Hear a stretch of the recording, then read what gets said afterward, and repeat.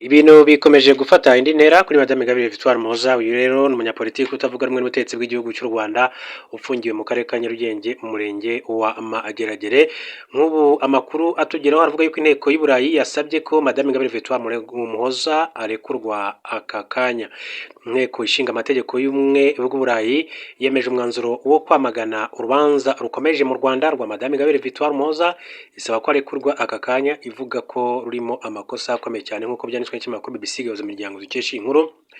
Bati Ingabire Victoire Umuhoza ukuriye ishyaka Darifa Umurinzi ritaremerwa n'amategeko y'u Rwanda yatawe muri yombi muri Kamena, ni ukuvuga mu kwezi kwa gatandatu uyu mwaka, aregwa ibyaha bitandatu birimo icyo kuba mu mutwe ugambiriye guhirika ubutegetsi, kurema umutwe w'abagizi ba nabi no gutegura ibikorwa bigamije gukurura imvururu muri rubanda, ibyawe ahakana.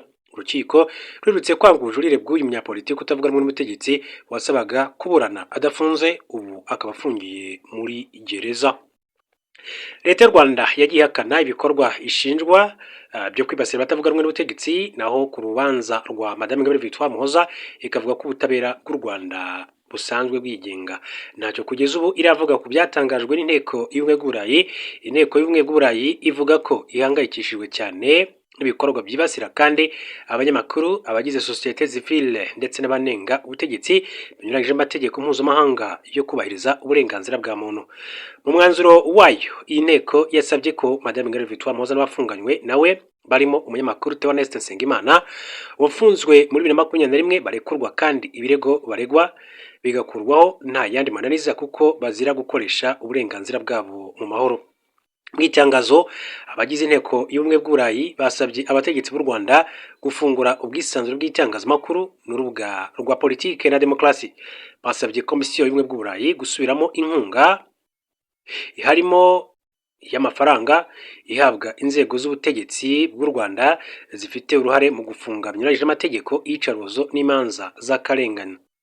Hanyuma basabye kandi abahagarariye ibihugu bigize ubumwe bw'Uburayi i Kigali kuganira na guverinoma y'u Rwanda kuri ibibazo bavuze, ndetse no gusura abafunzwe muri buriya buryo, bamagana babasaba rero ndetse no gukurikirana imanza zabo. Abadepite 549 b'iyo nteko batoye kandi bashyigikira uyu mwanzuro, babiri muri bo batoye bawanga, nabo 41 barifata, nk'uko amakuru atugeraho yakomeje kugenda abigarukaho. Ibyo rero bikomeza kugenda bivuga kuri Madame Ingabire Victoire Umuhoza.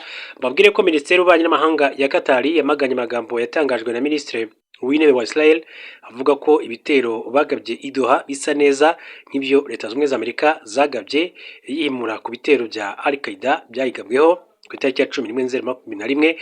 Bwana Netanyahu yavuze ko barashe kuri Katari kubera ko icumbikiye ibyihebe byo mu mutwe wa Hamas. Ati guverinoma ntizikwiye gucumbikira ibyihebe, twayigaga ibyihebe byagize uruhare mu gutegura ibitero byo ku itariki ya 7 Ukwakira 2023. Minisiteri y'Ububanyi n'Amahanga ya Katari yavuze ko amagambo ya Benjamin Netanyahu akubiyemo impamvu zidafatika zigamije gusobanura igitero cyagabwe i Doha kigambiriye abayobozi ba Hamas. Katari yabaye umuhuza mu biganiro bya Hamas na Israel kuva intambara yo muri Gaza yatangira mu Kwakira 2023. Itangazo rya leta ya Katari risobanura ko Israel yari bizi ko abayobozi ba Hamas bagiye muri Katari bisabwe na Amerika na Israel. Yasobanuye ko bitumvikana uburyo ibyo Hamas byagereranywa na Al-Qaeda, kuko uyu mutwe w'iterabwoba wagabaga ibitero muri Amerika nta buhuza mpuzamahanga bwashatswe. Ibihugu byinshi cyane birimo n'u Rwanda byamaganye imigirire ya Israel yo kugaba ibitero ahantu hose, binenga uburyo ibihugu bikomeye cyane byatereye hagati mu ryinyo, nyamara Israel yaravogereye ubusugire n'umutekano by'ikindi igihugu. Duce muri Sudani y'Epfo, babwire ko Vice Perezida yashinjwe kwicisha abarenga 50 kuva mu Sudani y'Epfo yashinje Vice Perezida w'igihugu Riek Machar gutanga amabwiriza yo kugaba igitero ku kigo cya gisirikare cyaguyemo abarenga 50 barimo n'umusirikare ufite ipeti rya general.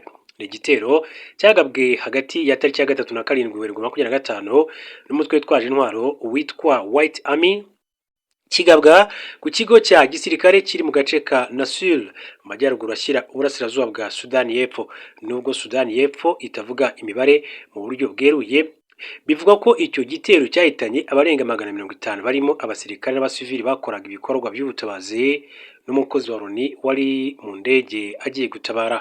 Minisitiri w'ubutabera wa Sudani y'Epfo Joseph Geng Akechi yashinje Riek Machar kuba ari we watanze amabwiriza ku barwanyi b'uwo mutwe ngo bagabe igitero ndetse bakomoka mu bwoko bumwe nawe. White Army ni umutwe witwaje intwaro ugizwe n'urubyiruko rwo mu bwoko bwa Nuer, ari nabwo rero Machar aturukamo. Minisitiri Joseph yashinje Riek Machar icyaha cy'ubwicanyi, kugambanira igihugu ndetse n'ibyaha byibasiye muntu n'ibindi bitandukanye.